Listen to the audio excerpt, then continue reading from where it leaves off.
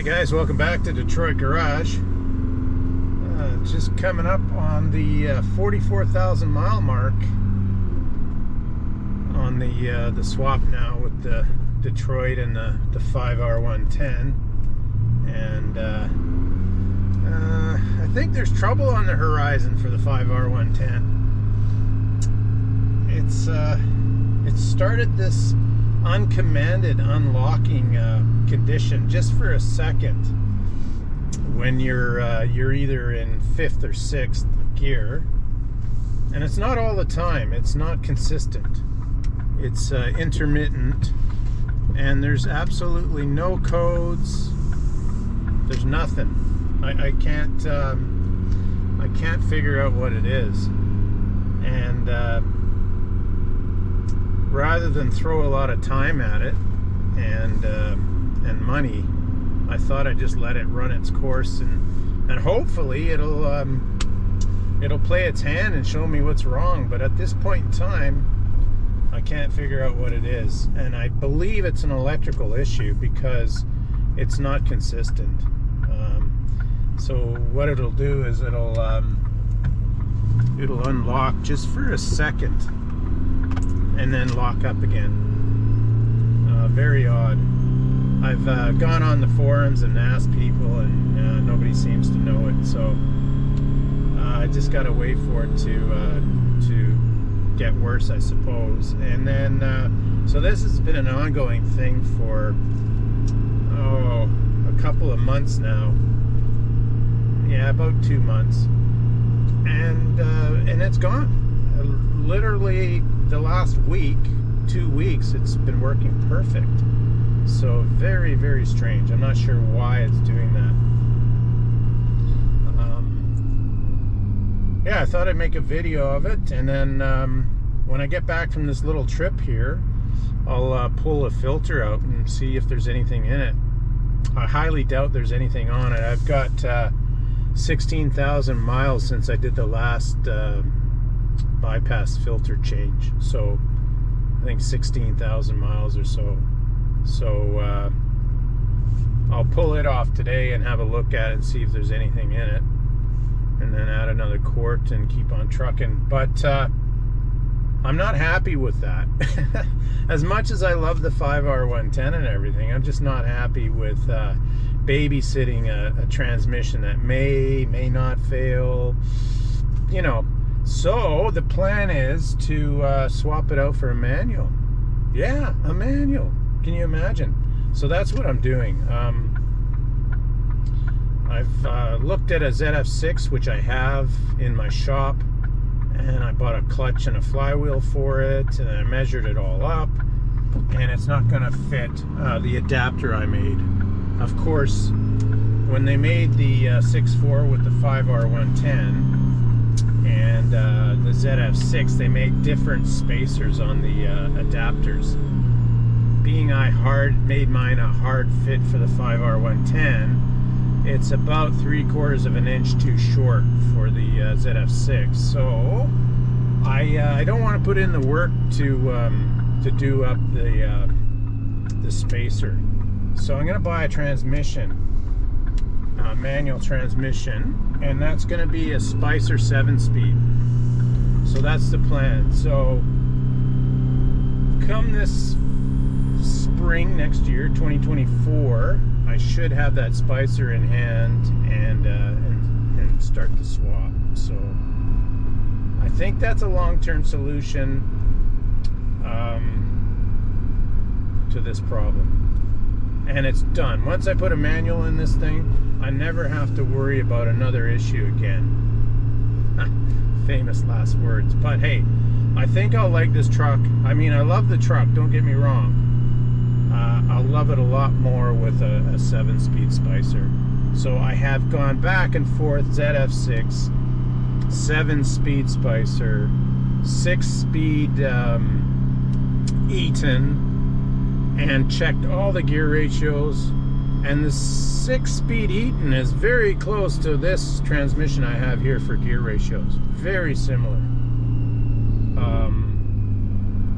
But there's one issue with this transmission, and that's between the 3 and 4 shift, or 3 and 5 if you want to be technical, on a ZF or a 5R110. And it's got to go to 2,500 RPM. This is it here. So I drive around at 2,100 RPM a lot, like this. This is sitting at 2,200 RPM at 36 miles per hour, which is a speed limit right now. So and then it'll shift, like right now at 2,300 light throttle. So this would be an Eaton 6-speed.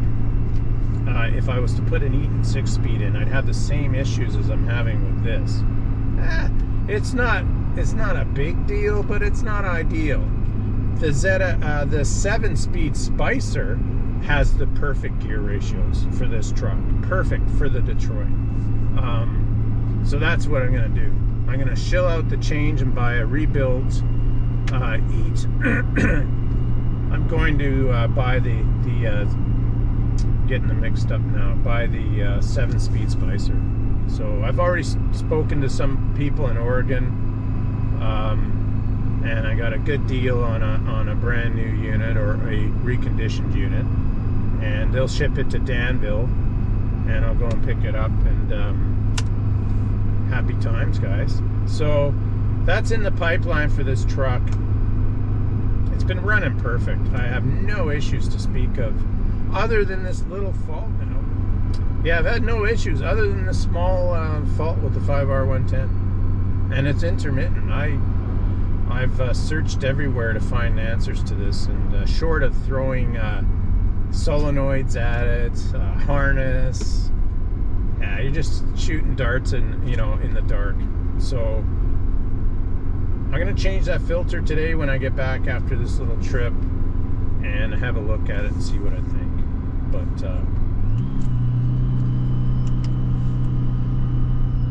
I thought I'd bring you along for that little story. Alright guys, we're back from that trip. So filters are nice and warm. So these are the filters on the 5R110. So this is an AMSOIL dual remote, and it's got a full flow 25 to 40 micron, something like that, and a 2 micron 90. And then my Motor Guard M100 toilet paper roll. So we'll pop this off, have a look, and see if there's anything on it. Highly unlikely.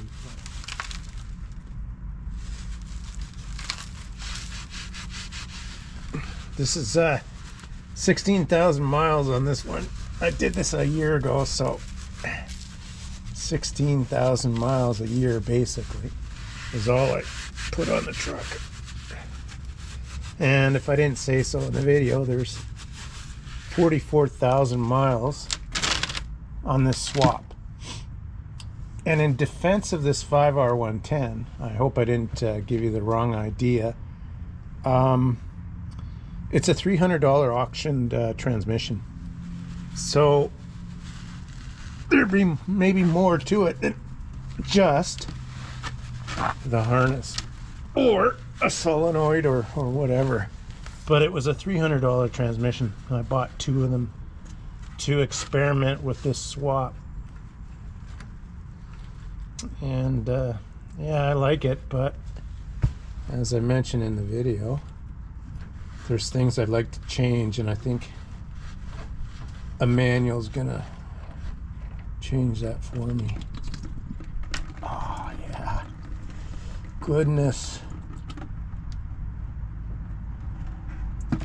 So there you go, guys. That's sweet looking transmission fluid. There's nothing on the magnet. Yeah, very happy with that. Nothing on the roll. So I'll bring it inside and give you guys a good look. But you can see I've got a magnet there to pick up any material that might come off the clutches or the gears. And there's nothing. So very happy with that. All right, I better get this done quick before my wife gets back. So here it is. It looks like brand new. I mean, There's absolutely nothing on that filter. Geez, I should just put that all back in. Man, that's so nice. I mean, this is the area where the oil enters, and then it comes out there. So, okay, there you go. One roll of Kirkland brand toilet paper. And don't laugh too hard. I forget who it was, but somebody recently asked me to do a video. And so here's a new video for you. This is a 1960 vintage motor guard M100. It competed with France in the day, and they're both equally as good. I run both filters on my vehicles. Put this back. Center core.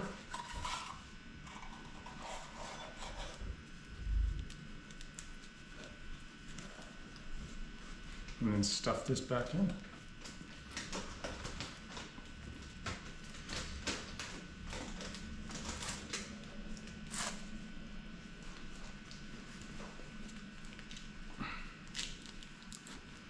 Yeah, so in the defense of the 5R110, maybe if I started out with a brand new transmission, this would not be an issue. Probably guaranteed not to be an issue. But this is what's happened. So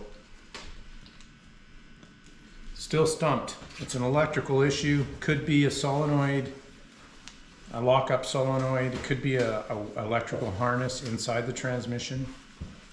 Could be anything, guys. But for now, we're just going to run it. And this is the excuse I need for a 7-speed Spicer.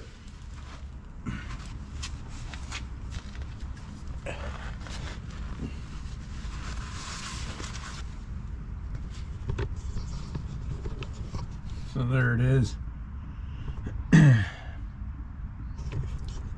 I'll just wipe off the seal and put the filter back on.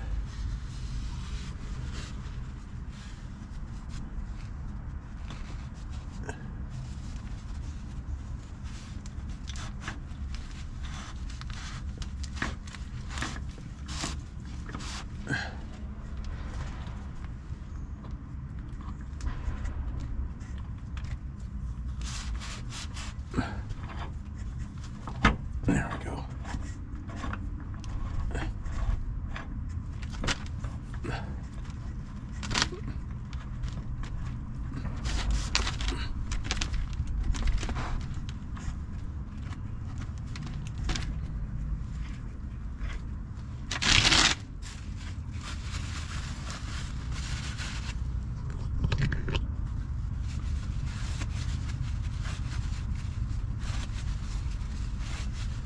So it just compresses that toilet paper roll, so it's a denser material for it to pump the oil through. And this filter is in series, or I should say it's in parallel, so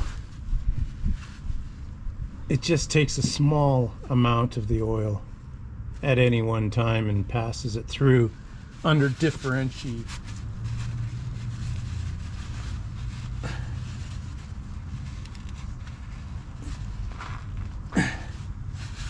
All right, I'll go start it up, make sure there's no leaks, and we're good for another year, or until I swap in the 7-speed.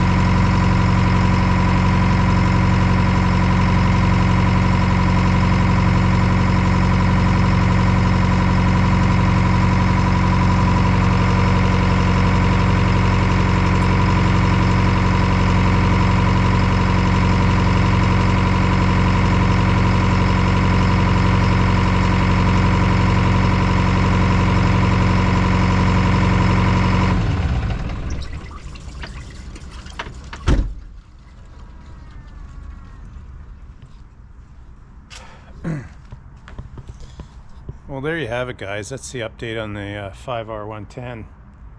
I'll keep you posted with any updates if there is any significant change. But until I figure out what this is, I'm just going to leave it and drive it. Like I said before, it's running perfect now. There's no issues.